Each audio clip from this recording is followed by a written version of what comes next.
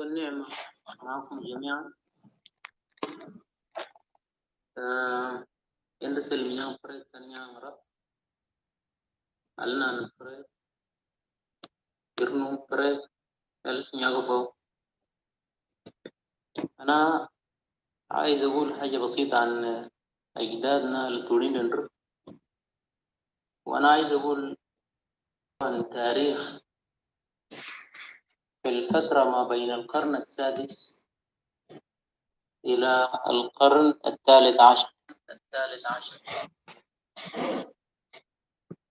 عشر. الفترة بتاعت 700 سنة أو 7 قرون، اللي هو مع بداية دخول الإسلام أو ظهور الإسلام. وقبل ما أنا أقول الكلام ده، أنا عايز أقول إنه أنا لما كنت في لبنان قبل شيء يمكن 11 سنة ولا 10 سنوات، أنا كنت بقرأ في كتاب كده بقول له جغرافية لبنان والعالم العربي. الكتاب ده بتاعت الصفوف الإعدادية، يمكن يكون الصف الثامن أو الصف التاسع. وبعدين في جزء كان بيعرفوا فيه الإنسان الأسود، مش بيعرف الإنسان الأسود، هم بيعرفوا العبد. وبعدين أفتكر كده تضغينا أنت يعني باي فموسل اللي هو ما هو العبد. وبعدين بيجي رد على طول لأنه العبد هو الإنسان الأسود. ده الحاجة وقفني هنا. ده أنا بقيت أفكر بعد ده لأنه شنو يعني سبب اللي بخلي الإنسان الأسود يبقى عبد.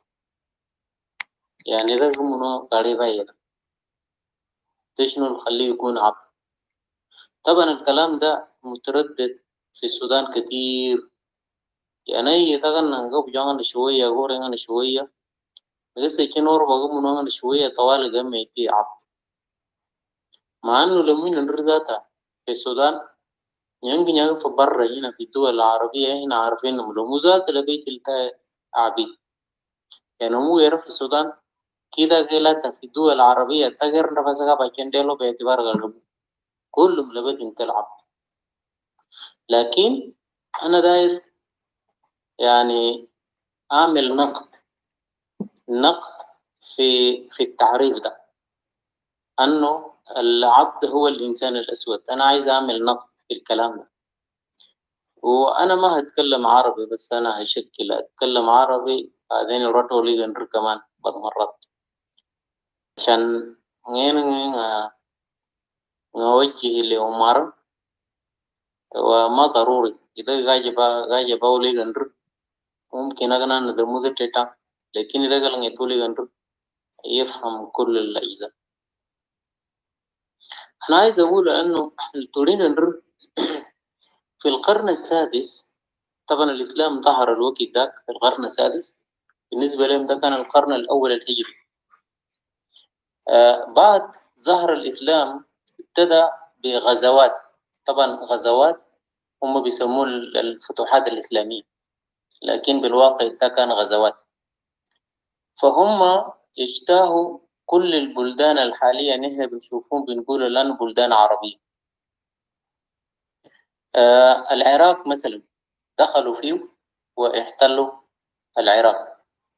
العراق ما كان دولة عربية، كان دولة أشورية أكادية كلدان.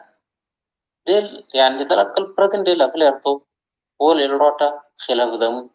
يعني دمو ده ما كان لغة بتاعهم. يعني هم عندهم اللغة الأشورية الأكادية، هم كلدانيين.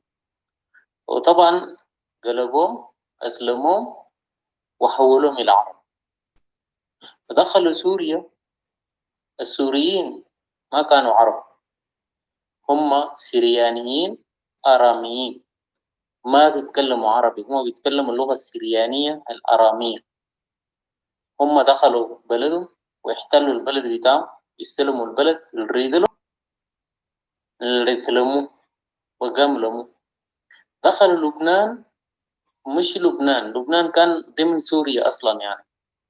فاللبنانيين برضو فينيقيين، يعني هم فينيقيين وصيدونيين اللي هم حاميين.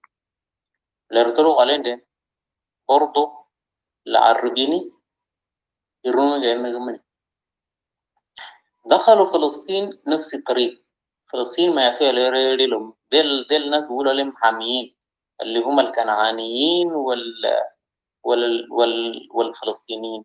قرأت لهم دي يعني ديل كان عندهم كمان لغة بتاعهم، كمان لغة الكنعانيين. بنفس الطريقة هم دخلوا مصر واحتلوا على مصر. الريد مصر من مكان هم قبطيين عندهم لغة بتاعهم الهيروغليفية، وحولوهم إلى عرب واحتلوا بلدان بتاعهم والريدلو ريتلمو. وده اللي صار مع كل الدول بتاعت شمال إفريقيا، سواء كان الجزائر والمغرب وتونس والمناطق دي كلها، موريتانيا، الأماكن دي كلها. ده في نفس القرن التاسع، القرن السادس. ده نفس القرن السادس اللي هو القرن الأول الهجري. بعد ده النازل بعد ما البلدان كل سيل يري يعني بلدان لهم ريدلو حولوهم من بلدان كانوا عندهم لغتهم وجنسيتهم، حولوهم إلى العرب. حاولوا يدخلوا بعد ده السودان. طبعا السودان ده هم يفتكروا لأنه بعد ما هم حولوا البلدان دي كل البلدان العربية، السودان ده حاجة سهلة للانتباس بالراحة ويحتلوا على على البلد وياخدوا الخيرات بتاعهم. لكن المفاجأة أنه هم حاولوا يدخلوا وأجدادنا صد عليهم، وحاولوا ورجعوهم وما قدروا. طبعا أجدادنا كان الوقت ده العرب بيطلق عليهم اللي هو يعني طلع عليهم الاسم لأنه هدول الناس كان يعني رمات السهم. يعني هم يعني الحرب بتاعهم هم كان بيستخدموا السهم. بعد ما الناس زي لما ما قدروا يضطروا لأنه هم يعملوا صلح بيلتورين. الفترة ده بيلتورين هم كانوا مملكة نوبية مسيحية، وكان في 3 ممالك. 3 ممالك الموجودة دي هي مملكة في الشمال نوباتيا والعاصمة بتاعه فرس، والمملكة الثانية في الوسط اسمها مملكة المقرة والعاصمة بتاعه دونجلا العيوز، والمملكة الثالثة مملكة علوة والعاصمة بتاعه صوبة طبعا منطقة معروفة يعني. النازل ما قدروا أن هم يدخلوا الفترة ده، وظلت المملكة النوبية المسيحية ظلت في الحكم بتاعه. لما ما قدروا أن هم يحولوا السودان إلى دولة عربية ويغيروا لغتهم ويعملوا كل شيء، عملوا معهم الصلح، وعرفنا حاجة اسمها اتفاقية البغض. اتفاقية البغض ده الناس بيفتكروا لأنه يعني العرب دول غلبوا النوبة بعد ده بيستعمرهم. لا أبدا لا. هم العرب عملوا الصلح ويعرفوا لأنه النوبيين هم كان بياخدوا القمح من مصر، وبياخدوا تجارتهم كلها كان عن طريق مصر وسوريا والعراق والمناطق ده. حاليا لموا الرلس كلها، يعني لموا مسكوا المناطق دي كلها اللي كان مصدر بتاع التجارة بتاع الأجداد بتاعنا، واشترطوا له احنا موجودين داخل مصر ما تقدر تشيلوا القمح من داخل مصر. عملوا اتفاقية البخت، لأنه خلاص احنا بنديكم الحاجة اللي انتوا دايرينه وانتوا ادونا الحاجة اللي احنا دايرينه. يعني احنا دايرين رقيق 360 في سنة، ونحن بنديكم القمح بتاعكم، بنديكم الحاجات اللي انتوا عايزينها. ده اتفاقية المشي. يعني اتفاقية البغض ده ما كان بلاش. أجدادنا ما كان بيمسكوا الناس وبيودوهم للناس زي البلاش.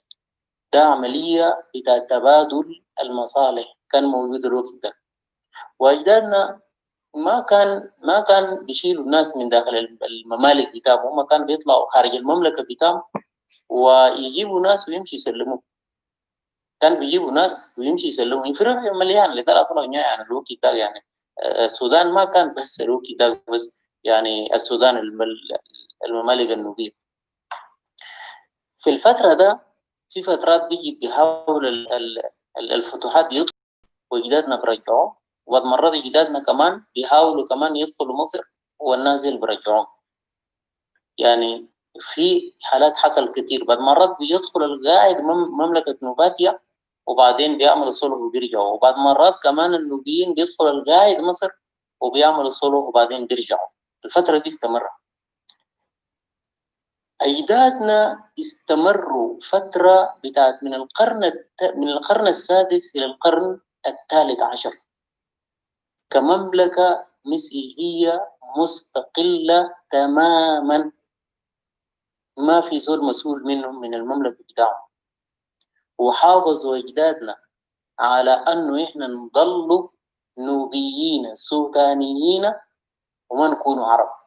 في الفترة ده الدول ده قلبوهم كلها حاليا، ولا دول الشرق الأوسط العربية ده ما كانوا عربية، قلبوهم وبقوا عرب. أجدادنا حافظوا على على على هذا النظام. وبالتالي إحنا بنقدر نقول إن أجدادنا هم حافظوا على على المملكة بتاعنا فترة بتاعت 700 سنة بعد ما الدول العربية حاليا سقطت في القرن السادس، قرن واحد بس الأول الهجري. وبالتالي بعد 1300 العرب لما دخلوا السودان بالتجارة، ما المصالح اللي عملوه بالتجارة، وبعدين بقوا كتار في السودان، وبعدين أسلموا ناس بقبول برضع من الناس. بعد ما عددهم كتروا في السودان قاموا بعدها أدوا الخبر ل ل للعرب في الدول الثانية، لأنه يا أخي أنا خلاص بقينا كتار وممكن أنتوا بعد تيجوا. فجو العرب من كل بلدان العربية الفترة دي، وجو سنة 1300 وقدروا يدخلوا السودان وفعلا يشتتوا الممالك بعد ذلك الموجودة في داخل السودان. وانقسمت الممالك وبقى بعدها ممالك صغيرة صغيرة، مملكة الفوني، مملكة التاجو، مملكة النوبة، مملكة وين، اتقسمت. سلطنة الزرقاء اتقسمت الوقت ده. حتى الآن يعني احنا في السودان بنعتبر أنه احنا محتفظين بلغتنا وبجنسيتنا. العرب ما قدروا أنهم يقلبونا بالخصب وياخذوا البلد بتاعنا ويستعمرونا ويقلبونا احنا نبقى عرب. لا، الناس البسيطين اللي فضلوا اللي في الشمال سياسيا اللي بيقولوا احنا الدول العربية، هذا اللغة سياسية، لكن واقعيا السودان ما يتحول إلى دول عربية. وبالتالي السؤال بتاعي أن احنا عربي ولا الدول اللي بتدعي لنا هي دول عربية اليوم اللي ما كانت دول عربية وتم استعبادها واستعمارها وتحويلها من لغتهم الأصلية إلى اللغة العربية وتم تعريبهم، يبقى هم أحرار؟ لا، المفروض يكون في إعادة لتعريف لكلمة العرب. الزول اللي شال وطنك وشالك من لغتك وبدل لك اللغة تاني بتاعه، انت بقيت حسي تنتمي له واخدت اللغة بتاعه، انت عبده، انت العبد بتاعه. فاذا اجدادنا كانوا ابطال وحافظوا على بلدنا وحافظوا على لغتنا. انا عايز اقول لانه ولقي قنر فهو الوطن بتاعنا، ولقي قنر فهو الهوية بتاعنا، ولقي قنر التورين قنر لرميتين لدافع عن فترة 700 سنة. لازم اللي يندرنا نتتي إحنا ماشيين ندافع كمان عن أجيالنا الجاي، والرب معكم.